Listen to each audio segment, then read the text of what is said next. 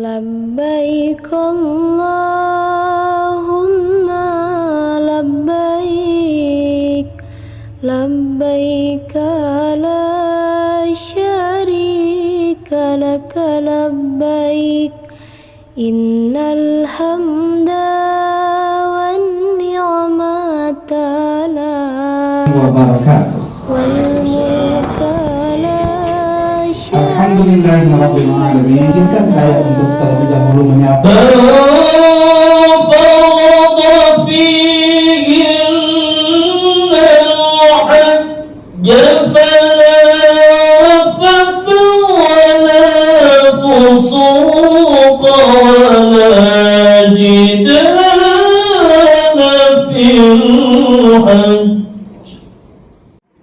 di mana alhamdulillah pada pagi hari ini mendekati siang kita semua bisa kumpul di sini insyaallah dalam keadaan sehat walafiat, amin amin ya Allah.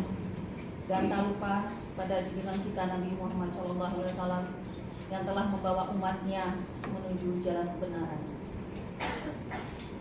Semua Bapak Ibu calon jamaah haji tahun 2022, tahun ini setelah menunggu kemarin 2 tahun tidak ada haji, alhamdulillah mudah-mudahan sekarang diberikan kemudahan, dilancarkan semua urusan dan insya Allah Indonesia, amin amin ya Allah.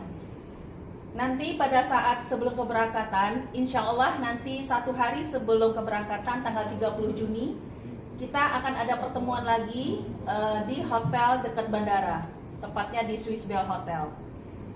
Sesuai dengan ketentuan dari Kementerian Agama saat ini, tetap akan diadakan tes PCR. Allahumma labbaik, labbaik la syarika laka labbaik, innal hamda wan ni'matal mulk la syarika lak, labbaik Allahumma labbaik, labbaik la, labbaik Allahumma labbaik, labbaik la syarika laka labbaik,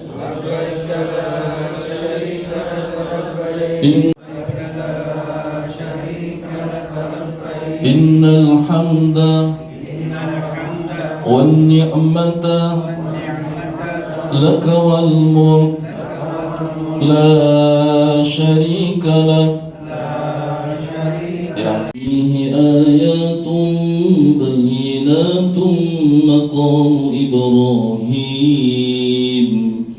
wa man dakhalahu kana amina walillahi 'alan nasi hajjul baiti man istata'a ilayhi sabila wa man kafara fa inna Allaha ghaniyyun 'anil 'alamin. Tamu-tamu Allah yang bukan karena kita punya uang, yang bukan karena kita punya kedudukan, bukan, tetapi karena memang Allah ingin mendatangkan kita supaya kita menggunakan ihram yang pernah digunakan oleh seluruh Nabi dan Rasul, supaya kita juga nanti bersama-sama membaca doa dan zikir yang pernah dibaca oleh para Nabi dan Rasul yang disebut dengan talbiyah. Tidak semua orang bisa menggunakan ihram di tempat yang khusus membaca talbiyah yang pernah dibaca oleh para Nabi dan Rasul. Labbaik Allahumma labbaik. Dan kalau kita sudah seperti itu, Pak, maka kata Nabi, Anda semua akan diberikan 3 keuntungan. Apa yang Allah akan berikan kepada kita, Bapak? Setelah kita tinggalkan anak, tinggalkan pekerjaan, kemudian kita gunakan ihram dan bertarbiyah, kata Nabi, yang pertama, insa'alu u'tu, jika kita meminta, maka apa yang kita minta diberikan. Wa in da'au, dan apabila kita berdoa ustujibu, maka doa-doa kita diijabah dan dikabulkan.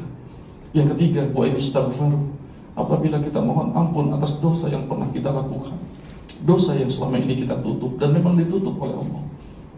Kata Nabi, dalam hadis qudsinya, maka dosa-dosamu meskipun lebih besar dari Uhud, lebih besar dari bumi dan langit sekalipun, maka dosa-dosamu akan diampuni. Sama-sama. Boya, kita namanya plus, betul ya? Plusnya plus beneran.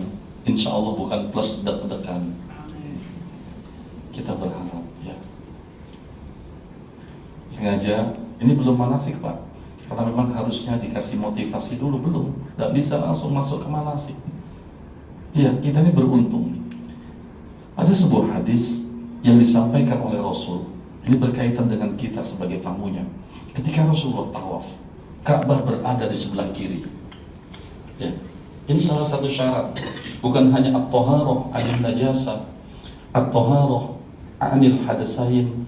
Syaratnya tawaf itu bukan hanya suci dari 2 hadas, bukan hanya harus suci dari segala najis, tapi salah satu syaratnya tawaf agar selalu Ka'bah itu berada di sebelah kiri kita. Bismillahirrahmanirrahim. Selalu. Tetapi ini yang paling penting.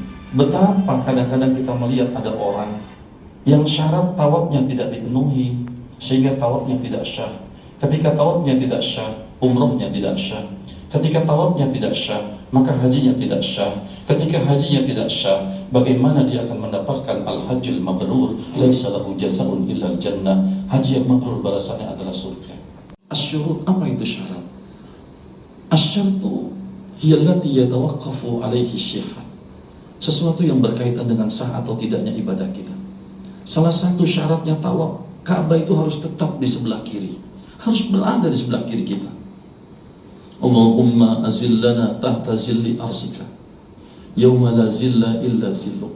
Terus nanti Bapak akan lihat orang yang kurang dalam manasik karena senangnya mengupload, akhirnya ketika tawaf diabadikan tawafnya. Jadi tawafnya di sebelah mana? Ka'bahnya? Jadi syaratnya tidak terpenuhi. Ini gampang saja contohnya. Betapa pentingnya manasik. Tidak terasa. Salah satu syarat tawaf, Ka'bah berada di mana? Kalau dia mengambil sambil mundur, ada 2 kesalahan. Yang pertama, letak Ka'bah tidak di sebelah kirinya. Kemudian Rasulullah mencontohkan, Allahumma imanan bika wa tasdiqan bi kitabika wa wafa'an bi ahdika wa ittiba'an li sunnati nabika. Kita ini mengikuti manasik kita, manasik Rasul. Khuzu anni manasikakum. Kalau kamu umroh, kamu haji, khuzu anni manasikakum. Ikuti manasik aku. Ketika dia berbalik, kemudian dia mundur, berarti 2 kesalahan. Ka'bah di sebelah kanan, dan dia tawaf jalannya bukan maju tapi mundur. Apakah Rasul pernah contohkan jalan mundur? Apakah Bapak Ibu nanti pernah ngelihat olah umroh seperti itu? Ada. Betul ya? Ini yang kecil saja. Ini belum manasik. Allahu Akbar. Ini kita nggak ingin makanya manasik. Yang ketika dia datang menjadi tamuku, kemudian dia bertalbiyah, labbaik Allahumma labbaik, labbaik la syarika lak labbaik, kata Nabi. Ada di antara tamu-tamu Allah, tidak semuanya. Ketika dia talbiyah labbaik Allahumma labbaik, maka kata Allah, la labbaika wa la sa'daika. La labbaika wa la sa'daika. Artinya kedatangannya tidak diindahkan Allah. Dan ada talbiyah di sini. Kenapa? Karena tadi manasiknya tidak seperti manasik Rasulullah. Betapa pentingnya uang yang kita sudah tabung, uang yang sudah kita kumpulkan. Kadang-kadang ada di antara kita yang harus menjual hartanya. Kenapa? Karena ingin dianggap sebagai hambanya. Karena ingin ketika nanti meninggal dunia, Allah panggil dia. Ya ayyatuhan nafsun mutmainnah, irja'i ila rabbiki radiyatan mardiyah, fadkhuli fi ibadi, fadkhuli fi ibadi, wadkhuli jannati. Kita kepingin ketika nanti kita dikumpulkan, kita dipanggil dan dianggap hambanya. Hambanya itu abdul, ibad, hamba-hambanya. Kita kepingin gitu Pak. Rasul itu ditanya, ya Rasulullah, kapan kamu merasa senang dan paling bahagia dalam hidupmu? Kapan? Ketika wahyu turun? Ketika kau selamat hijrah ke Madinah? Kapan kau paling merasa bahagia? Ketika turun firman Allah, Subhanalladzi asra bi abdi. Ketika Allah menganggap aku sebagai hamba-Nya. Kemudian anaknya datang ke saya. Mohon maaf bicaranya agak tinggi.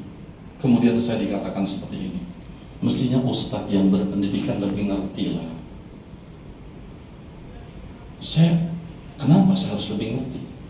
Ustadz ini kan berpendidikan, harusnya lebih ngerti lah. Siapa yang wajib, siapa yang tidak wajib haji. Saya bilang baru kali ini saya dinasehati. Kemudian saya minta penjelasan, apa maksud Bapak bilang saya harus lebih mengerti siapa yang wajib, siapa yang tidak wajib. Ibu saya bilang saya tidak kenal sama ibu Anda. Kalaupun ada orang daftar umroh dan haji, tidak pernah urusan saya. Saya hanya diamanatkan untuk menjadi pembimbing di sini. Walaupun sebelumnya saya dimaktur sama Pak Prof. Syihab. Saya sama Prof. Syihab itu dimaktur sebelumnya, Bu Minda. Itu juga kesini karena Allah. Saya tidak berangkat haji karena selesaikan doktor saya. Pembimbingnya dua minggu sebelum haji sakit stroke. Pembimbingnya, enggak 2 minggu ya mungkin. Waktu itu ya Kiai. Sudah siap semua manasik, dia yang sampaikan manasik. Jamaah tinggal berangkat, pembimbing satu-satunya Prof. Thohir stroke. Saya bilang sama keluarga tahun ini kayaknya saya nggak berangkat. Tapi siapa yang menyangka Allah ingin berangkatkan saya? Saya sudah nggak berangkat, nggak termasuk daftar. Dimanapun saya nggak termasuk daftar. Seminggu mau berangkat, profesor itu sakit. Saya tiba-tiba ditelepon, apakah Pak Ustadz maaf? Siapa yang tidak mau jadi tamu Allah? Siapa yang tidak mau doanya dikabulkan? Siapa yang tidak mau ketika dia mengangkat tangan buat anaknya? Saya punya anak ya Allah, jadikan anak-anakku doanya di tempat suci dan dikabulkan Allah. Siapa yang tidak tahu? Ya Allah, anakku lagi ujian, saingannya banyak, tapi Engkau yang tentukan. Luluskan anakku. Aku yakin tempat ini doa dikabulkan. Siapa yang tidak mau gitu? Saya katakan, saya mau, dan saya akan berangkat. Siapa yang tidak senang jadi tamu Allah? Proposal itu sakit Pak, tidak sembuh. Bahkan saat itu saya baru sakit sembuh, tidak bisa diri. Diuji saya juga nggak bisa diri.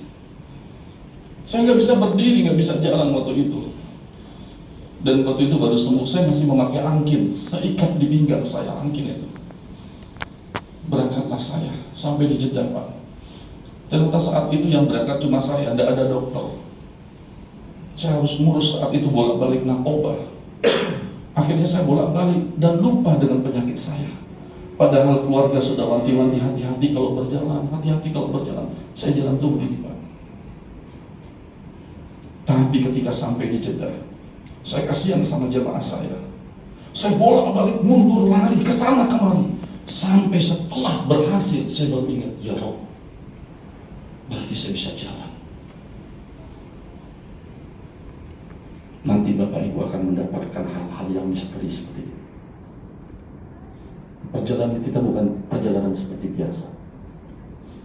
Nah ibu tersebut ternyata Pak harus pasang ring. Harus pasang ring karena jantungnya. Jadi jamaah saya Pak Rauto wisata. Saya waktu itu cerita dengan Dr. Penny. Pembimbingnya saat itu saya dengan Dr. Penny Pak Kiai. Maka anaknya bilang, Ustaz kan berpendidikan, harusnya lebih ngerti siapa yang wajib, siapa yang tidak wajib. Saya bilang, saya tidak tahu apa urusannya saya tiba-tiba harus begini. Ibu saya harusnya pasang ring, tapi dia lebih memilih daftar haji. Sementara uangnya itu, kalau dia pasang ring, dia nggak bisa haji. Pasang ring atau haji gitu kan, hanya untuk itu. Tapi ibunya bilang apa? Nah, kamu memang berpendidikan, kamu sekolah, kamu ibu sekolah kan pintar. Baiklah kalau ibu ikuti kamu. Uang ini hanya cukup buat ke dokter jantung atau buat haji. Ibu pilih haji. Kalau ibu ikuti pendapatmu nak, kamu pintar nak, ibu pasang ring, ibu sehat. Tapi nanti satu ketika ajal akan datang, ibu mati. Setelah ibu mati, ibu rugi karena ibu belum pernah haji dan melihat Ka'bah. Nah, ibu ini orang kampung katanya. Kalau sekarang ibu daftar uang ini, ibu kepengen haji, ibu lihat Ka'bah, ibu haji. Kalau ibu mati, ibu nggak menyesal nak, ibu udah melihat Ka'bah. Maka berangkatlah kami dengan rombongan. Kebetulan program kami saat itu program Mekah lebih dahulu, bukan Madinah. Persis seperti kita sekarang. Mekah dulu, artinya ke Mekah, nanti selesai haji baru Madinah. Masuklah kita transit. Mulai dari pesawat Pak, di transit. Termasuk ibu itu yang selalu saya lihat. Alhamdulillah. Makan, bagaimana ibu makannya? Alhamdulillah Pak Ustadz, nikmat ya di sini. Haji selesai semua Bu. Saya lega, alhamdulillah. Prosesi haji selesai, insya Allah mabrur. Maka rombongan berangkat ke Madinah. Begitu mau berangkat, bis masih di kota Mekah. Ibu tersebut tidak sadarkan diri. Ya Allah, kan dengar ceritanya kan? Ya Allah, ini yang disebut sama anaknya nih. Akhirnya ibu ini Pak masuk rumah sakit, dirujuk. Bahkan tidak bisa klinik ya, sampai di rumah sakit Jeddah. Maka apa yang terjadi? Tindakan operasi. Ibu itu di sana dioperasi pasang ring.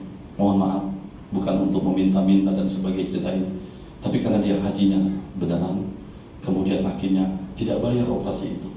Selesai operasi berhasil, masuk rehab tidak bayar, masuk ruang penginapan tidak bayar. Pulang haji anaknya peluk saya sambil menangis. Mohon maaf Pak Kiai, terima kasih Pak Kiai. Iya, ibumu haji juga, operasi juga. Itulah takdir Allah.